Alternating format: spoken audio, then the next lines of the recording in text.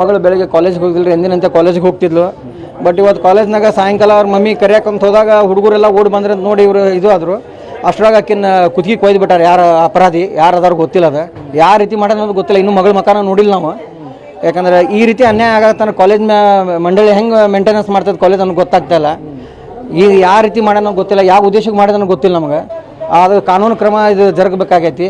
ಈ ರೀತಿ ಹೆಣ್ಣು ಮಕ್ಕಳಿಗೆ ಆಗಕತ್ರ ನಮ್ಮ ಕರ್ನಾಟಕದಾಗ ಆಯ್ತು ಹೊರಗಾಯ್ತು ಏನು ಹೆಣ್ಮಕ್ಳಿಗೆ ಬೆಲೆ ಸಿಗತೈತಿ. ಈ ರೀತಿ ಆಗೋದ್ರಿಂದ ಎಷ್ಟು ಹೆಣ್ಮಕ್ಳು ಸುರಕ್ಷಿತ ಐತೆ ಅನ್ನೋದು ಕಣ್ಣಿಗೆ ಕಾಣ್ತೈತಿ. ಈಗ ಆಲ್ರೆಡಿ ಅಂಥ ಪ್ರತಿಷ್ಠಿತ ಕಾಲೇಜ್ ಆಗಿ BUB ಕಾಲೇಜ್ ಇಂಥೆಲ್ಲ ಹೆಸರು ಇಟ್ಕೊಂಡು ಹಿಂಗೆ ಮಾಡೋದ್ರಿಂದ ಎಷ್ಟು ಅನ್ಯಾಯ ಆಗ್ತೈತಿ ಅನ್ನೋದು ನಮ್ಗೆ ಅನ್ಸಾತೈತಿ. ಹೆಣ್ಮಕ್ಳು ಕಾಲೇಜ್ಗೆ ಹೋಗಬಾರ್ದು ಅನ್ನೋದು ಸ್ಥಿತಿ ಮಾಡಿ ಇಟ್ಬಿಟ್ರಿ ಈಗ ಜನ. ನಮ್ಗೆ ಗೊತ್ತಿಲ್ಲ ಅವ್ನು ಸ್ಟೂಡೆಂಟ್ ಅದಾನೋ ಏನದಾನೋ ನಮ್ಗೆ ಗೊತ್ತಿಲ್ಲ. ಅವ ಅದು ಇವತ್ತು ಮಾಡಿದ ಭಾಳ ಅಪರಾಧ ಮಾಡ್ದಂಗೆ ಅವ. ಯಾಕೆ ಒಂದು ಹೆಣ್ಣಿನ ಜೀವ ಕೊಲ್ಬೇಕಂದ್ರೆ ಎಷ್ಟು ಕ್ರೂರಿ ಇರ್ಬೇಕಂತ ಯೋಚನೆ ಮಾಡತ್ತೆ ನಾನು. ಈ ರೀತಿ ಕ್ರೂರಿ ಕೆಲಸ ಮಾಡ್ತಿರ್ಬೇಕಾರೆ ಅಂತ ನಾಲ್ಕು ನನ್ನ ಮಕ್ಕಳು ಜೀವಂತ ಬಿಡಬಾರ್ದು. ಕಾಲೇಜ್ಗೆ ಹೋಗತ್ತಾರೆ MCA ಮಾಡತ್ತಾರೆ. ಕಾಲೇಜ್ಗೆ ಈಗ ಹೊಸದಾಗಿ ಅಡ್ಮಿಷನ್ ಮಾಡಿದ್ವಿ ರೀ, 1 ತಿಂಗಳು ಆಯ್ತು ಅಷ್ಟೇ ರೀ ಕಾಲೇಜ್ ಹೊಂಟಕ್ಕೆ ಅಷ್ಟೇ, ಬರೀ ಜಾಸ್ತಿ ಏನಾಗಿದ್ದಿಲ್ಲ.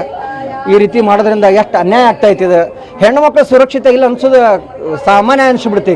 ಈಗ ಚಾಕು ಚೂರಿ ಅನ್ನೋದು ಹೆಣ್ಮಕ್ಳು ಕುದಿ ಕೊಯ್ದಂತ ಈಸಿ ಆಗ್ಬಿಟ್ಟೈತೆ. ಕೋಳಿ ಕೊಯ್ದಂಗೆ ಕೊಯ್ಯಾಕತ್ ಬಿಟ್ರೆ ಈಗ ಇದೀಗ ಹೆಣ್ಮಕ್ಳಿಗೆ ಸಂರಕ್ಷಣೆ ಇಲ್ಲ ಅಂದಂಗೆ ಆಗ್ಬಿಟ್ಟೈತಿ ಈಗ ಒಟ್ಟು. ಅದಕ್ಕೋಸ್ಕರ ಇದು ನೀವು ಮೀಡಿಯಾದವ್ರು ಇದು ಮಾಡಿರಿ, ಹೆಣ್ಮಕ್ಳಿಗೆ ಸೇಫ್ಟಿ ಸಂಬಂಧ ಏನು ನೀವು ಹೊಸದಾಗಿ ಮಾಡ್ತೀರಿ, ನೀವೊಂದು ಹೊಸದಾಗಿ ಮಾಡಿಕೊಡ್ರಿ ಅಂತೇಳಿ ನಿಮಗೆ ಕಳ್ಕೊಳ್ತೇವೆ. ಈಗ ಹೋಗಿ ಜೀವ ಅಂತೂ ಮತ್ತೆ ಹೊಳ್ಳಿ ಬರ್ತಾ ಇಲ್ಲ. ಮೀಡಿಯಾದವರು ಇನ್ನೊಂದು ಸ್ವಲ್ಪ ಹೆಚ್ಚಿನ ಹೆಣ್ಮಕ್ಳಿಗೆ ಪ್ರೊಟೆಕ್ಷನ್ ಕೊಡೋ ರೀತಿ ಯಾವ ರೀತಿ ನೀವು ಪಬ್ಲಿಕ್ ಮಾಡ್ತಿರೋ ನ್ಯೂಸ್ನಾಗ ಮಾಡಿ ತೋರಿಸ್ರಿ. ಯಾಕಂದ್ರೆ ಹೋದ ಜೀವ ಅಂತೂ ಬರತ್ತಿಲ್ಲ. ಬಟ್ ಕೊಂದಂಥ ವ್ಯಕ್ತಿಗೆ ಪೂರ್ತಿ ಗಲ್ ಶಿಕ್ಷೆ ಆಗ್ಬೇಕಂತ ನಾ ಕೇಳ್ಕೊಂತೇವೆ ಅಷ್ಟೇ.